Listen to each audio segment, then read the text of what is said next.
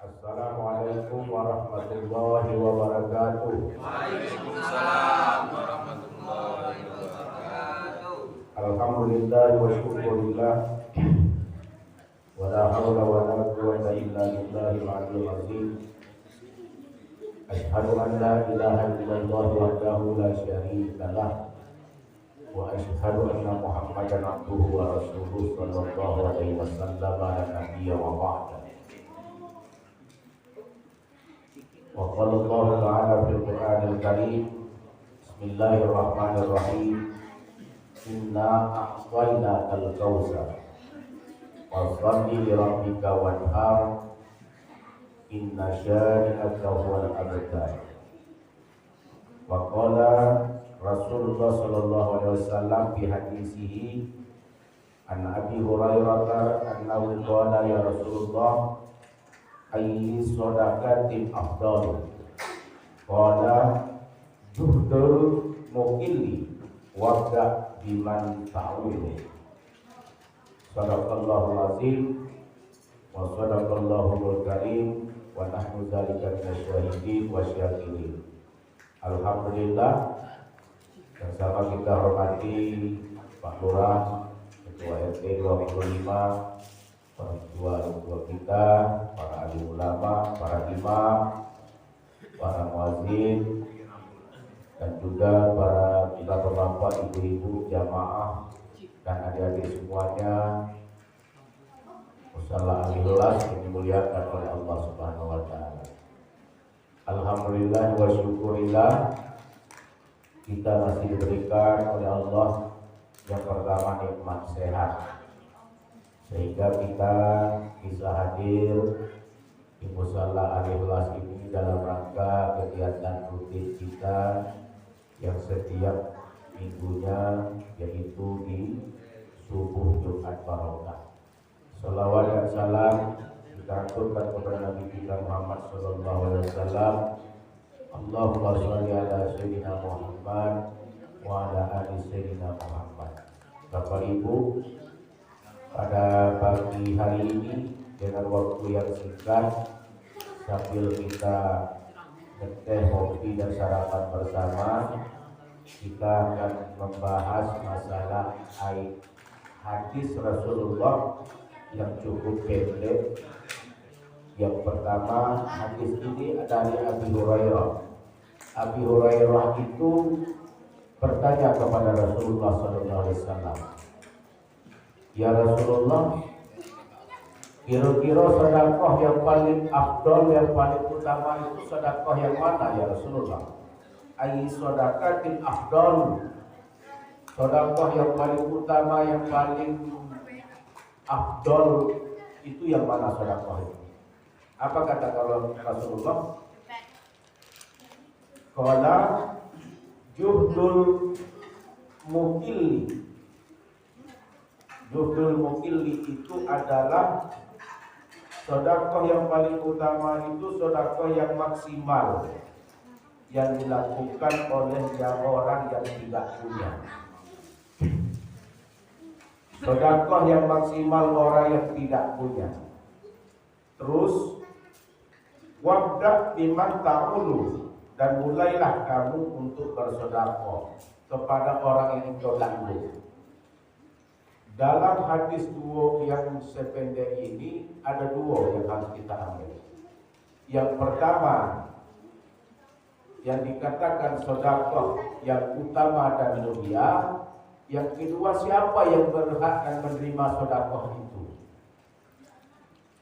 Pertama, sedekah yang mulia dan utama itu adalah sedekah yang dikumpulkan oleh orang-orang yang tidak punya. Bertahun-tahun dia mengumpulkan harta bendanya. Setelah bertahun-tahun dikumpulkannya, disedekahkannya pula sedekah yang telah terkumpul. Itu yang paling mulia.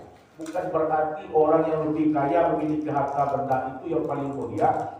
Tapi sedekah yang orang yang tidak mampu itu mengumpulkan harta bendanya bertahun-tahun, dikumpulkannya lalu disedekahkannya, itulah orang yang dikatakan sedekah yang paling utama dan mulia. Apa contohnya? Contohnya itu adalah seorang ibu yang ingin mengorbankan neneknya, emaknya. Emaknya itu lah tua. Dia itu tidak mampu sebagai pengambil apa, macam-macam lah. Orang yang tidak mampu, tapi dia berniat untuk mengorbankan orang tuanya. Orang tuanya tidak mampu, sedangkan dia itu pun tidak mampu. Tapi dia beriktikad, mengumpulkan duit 500 perak, mengumpulkan duit 1000, ditabungkan. Setiap dia satu hari itu dia kumpulkan duit 500 perak, dikumpulkan 1000 masuk dalam tabung. Penghasilan setiap hari itu 25.000, 20.000 dikumpulkan ya. Sampai 3 tahun, 4 tahun, 5 tahun terkumpul itu semuanya. Pergi dia ke tempat orang jual kambing. Tempat orang jual kambing, dia kesir sama kambing yang sekok itu. Sedangkan harganya itu 1.500.000. Dia punya duit 1.300.000. Langsung ditawarkan sama yang penjual kambing. Pak, kambing itu berapa harganya? Kambing itu harganya 1.500.000. Boleh tak saya minta kurang? Kalau saya minta 1.300.000 gimana? Lama yang tukang jual kambing itu berpikir modalnya itu 1.300.000, tapi ditengoknya orang itu, ini orang tak mampu nih yang beli kambing ini. Dilepaskan apa tidak? Akhirnya apa? Karena dia tahu yang beli kambing ini orang tak mampu, dijuallahnya modal itu 1.300.000. Coba dong antar ke rumah. Apa kata penjual kambing? Biarlah kami yang antar. Diantarlah sama yang tukang jual kambing ini, diantar sampai ke rumah. Setelah nyampe kambing itu di rumah, apa yang ditengok oleh si penjual kambing? Orang yang tak disangka-sangka untuk membelikan seekor kambing untuk dikurbankan, sampai di rumah dibawanya kambing itu kepada maknya yang lagi dalam keadaan sakit di rumah itu. Mak, ini kambing, aku niatkan ini kambing untuk aku kurbankan atas nama mamaknya tadi itu. Begitu senang ibunya ini dengan berniat untuk berkorban, baru tahun ini dia bisa mampu untuk menjalankan ibadah kurban. Selama ini dia kumpul-kumpulkan. Setelah pemilik kambing itu melihat rumah apa? Atapnya juga atap dari daun-daun. Sedangkan lantai rumah itu terbuat dari tanah-tanah. Sedangkan apa itu dinding-dinding dari apa? Bukan permanen, bukan semen, bukan apa. Tengok dapurnya begitu, tempat tidurnya dekat dengan kasur. Di dapurnya juga cuma pakai batu bata yang ditaruh untuk masak pakai kayu api gitu. Langsung yang tukang jual kambing ini pun menangis melihat kondisi rumah orang yang membeli kambing tadi. Ya Allah, kenapa orang yang tidak mampu ini pun bisa dengan ikhlas untuk menunaikan ibadah kurban? Kenapa orang yang punya harta melimpah pun itu tidak mampu dia melaksanakan ibadah kurban? Inilah yang dikatakan orang yang paling utama dan terutama itu adalah orang yang bersedekah. Orang yang telah mengumpulkan harta bendanya yang banyak lalu disedekahkannya. Itulah orang yang utama dan mulia. Kenapa HP kita sampai 2? Sekok harga 5 juta, sekok harga 3 juta, sudah 8 juta. Tambah jam itu sampai 500.000, tambah cincin sampai 400.000. Nilai ini semua hampir 15 juta dia pakai untuk pakai ini baik. Itu harta benda semuanya, tapi sampai kita untuk menunaikan ibadah kurban kita tidak mampu untuk membelikan itu. Nah, itulah yang dikatakan yang lebih utama dan utama itu, yaitu adalah juhdul mukilli. Mukilli adalah orang yang memiliki mengumpulkan harta bendanya dan dia sedekahkan. Itu yang pertama. Akhirnya apa? Setelah dia pulang, si pemilik kambing itu melihat tak tahan dia ngantar kambing itu, dia balik. Rupanya ada orang yang tidak mampu. Berarti orang yang berkurban itu bukan orang yang hanya sekedar mampu untuk melaksanakan ibadah kurban. Orang yang tidak mampu pun itu meniat. Ada niat dan niat yang ada di dalam dadanya untuk mendekatkan ketakwaannya kepada Allah. Gak mampu dia tahun ini, 2 tahun yang akan datang dia berkurban. Gak mampu dia tahun akan datang, 3 tahun yang akan datang dia akan berkurban.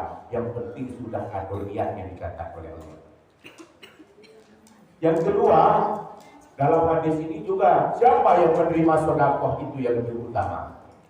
Yang lebih utama itu yang kita bersedekah itu adalah, pertama, kalau kita bersedekah kepada si miskin, itu nilai pahalanya 1. Tapi kalau kita bersedekah kepada karib kerabat kita yang miskin, berarti sedekahkan nilai kita itu adalah 2. Kenapa 2? Pertama, kita membantu karib kerabat kita. Yang kedua, dia juga ikut miskin. Yang pertama, karena dia miskin kita bantu. Yang kedua, silaturahim kita kerabat kita terjaga. Itu nilai kita untuk melaksanakan yang menerima sedekah. Jadi kurban itu bukannya baru-baru ini kita berkurban. Dari zaman Nabi Adam, Nabi yang pertama kali itu Nabi Adam. Dari zaman Nabi Adam itu sudah mulai berkurban. Anak Nabi Adam itu lahir pertama si Habil, lahir kembar. Nama yang kedua si Qabil, lahir kembar. Allah perintahkan, wahai Adam, engkau nikahkan anakmu itu Habil, dari nikah silang. Kita kan dari keturunan Adam dan Hawa. Habil si Qabil dinikahkan dengan Lubida anaknya. Si Qabil dinikahkan dengan Lubida, si Habil dinikah dengan Iklima. Qabil ini memberontak.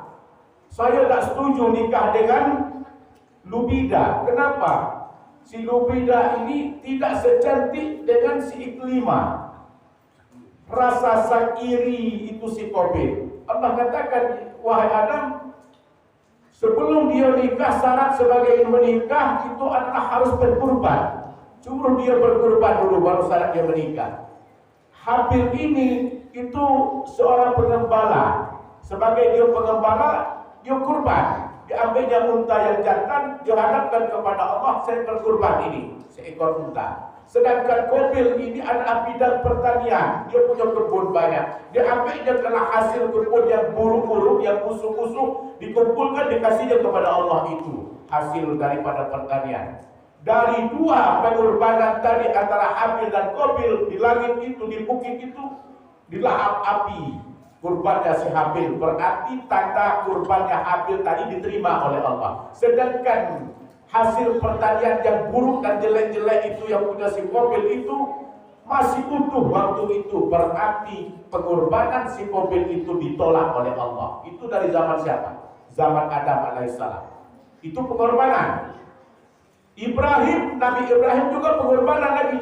Di zaman Ibrahim juga sudah ada juga pengorbanan sesuai dengan mimpi Allah kepada Nabi Ibrahim di menguji kekuatan iman dan keikhlasan Nabi Ibrahim yang sudah kita bahas sebelumnya. Yang terakhir, di zaman Nabi Muhammad SAW sudah ada juga pengorbanan. Rasulullah itu berkurban 2 ekor kambing yang putih, tanduknya besar-besar, itu Rasulullah berkurban. Waktu itu dalam pelaksanaan haji wada di Mina. Makanya timbul itu semua. Rasulullah berkurban dengan kambing putih yang besar, tanduknya besar. Waktu di haji wada, waktu di Mina, dia berkurban. Rasulullah pun berkurban waktu itu, dia berkurban 100 ekor unta. Rasulullah berkorban 100 ekor unta, 63 ekor unta itu disembelihkan oleh Rasulullah sendiri. Sisanya itu baru Ali bin Abi Thalib menyembelihkan unta-unta di saat itu. Jadi apa? Selanjutnya kepada umat-umatnya lagi itulah. Melanjutkan dari segi pengorbanan-pengorbanan. Jadi hari raya Idul Adha itu kalau tidak akan mendapatkan syiar kalau kita tidak berkorban. Kalau kita berkorban berarti syiar kita, ibadah kita, ketakwaan kita untuk mendekatkan. Apa arti kurban? Kurban itu artinya qarib, dekat, mendekatkan diri kita kepada Allah. Karena kita merasakan bahwa diri kita itu dekat dengan Allah, maka kita berkorban. Karena kita merasa kita jauh dengan Allah, maka kita tidak mau berkorban. Makanya kita itu dianjurkan untuk inna a'tainakal kautsar. Fa bi ayyi ala'i rabbikuma tukadziba. Nikmat-nikmat yang mana lagi yang engkau dustai? Begitu banyak nikmat yang Allah berikan, nikmat yang mana lagi yang engkau dustai? Kita mampu dari segi materi, tapi kita tidak mampu dari untuk mendekatkan. Itulah ujian yang Allah sampaikan. Maka Ibrahim itu dikorbankan, itulah adalah nyawa anaknya. Di saat anaknya sudah tumbuh dewasa bersama Nabi, padahal anaknya satu-satulah Ibrahim itu yang sangat dia sayangi, mendapatkan biaya susah setelah dia mulai dewasa. Begitu sayang ibunya, bapaknya itu sama Ismail, tapi nak menguji waktu itu diuji oleh Allah. Cuma ketika apa diujikan, nyawa anaknya itu yang diambil. Tapi begitu keikhlasan Nabi Ibrahim itu menerima perintah Allah melalui mimpinya itu untuk menyembelihkan anaknya. Sampai di situ apa? Dia katakan orang berkorban hari itu ditanya, hari itu dia katakan iya, itu berkorban dengan penuh keikhlasan.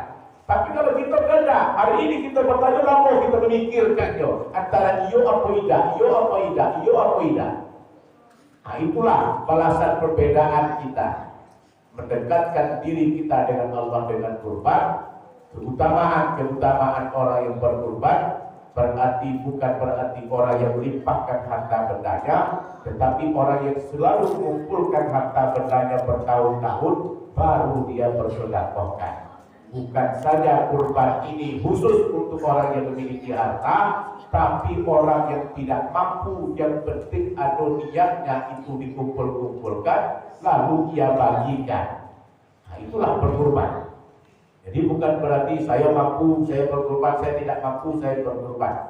Orang yang tidak mampu itu juga pun ikut melaksanakan sedekah. Kepada siapa? Yang ditanggungkannya. Siapa yang ditanggungkannya?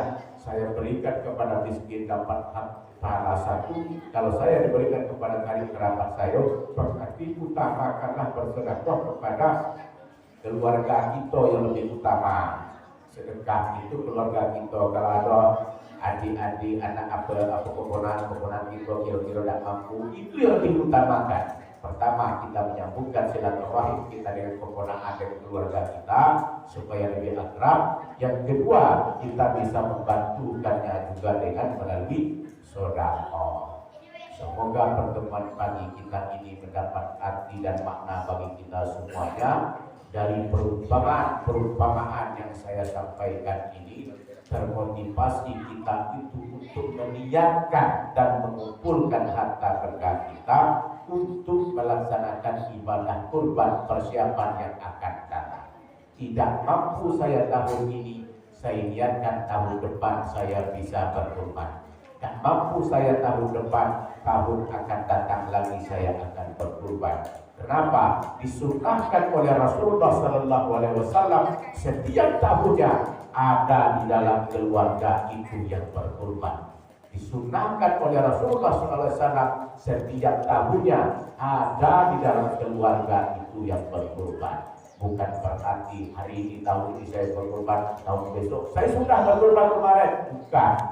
Disunnahkan untuk berkurban dalam satu keluarga setahun itu ada yang berkurban. Hari ini bapak yang kurban, besok ibu yang kurban, besok anak yang kurban, besok anak yang kurban, besok anak yang kurban, besok anak yang kurban, besok anak yang kurban, balik lagi bapak yang kurban, ibu yang kurban, besok anak. Putar terus disunnahkan ada di dalam keluarga itu yang berkurban. Assalamualaikum warahmatullahi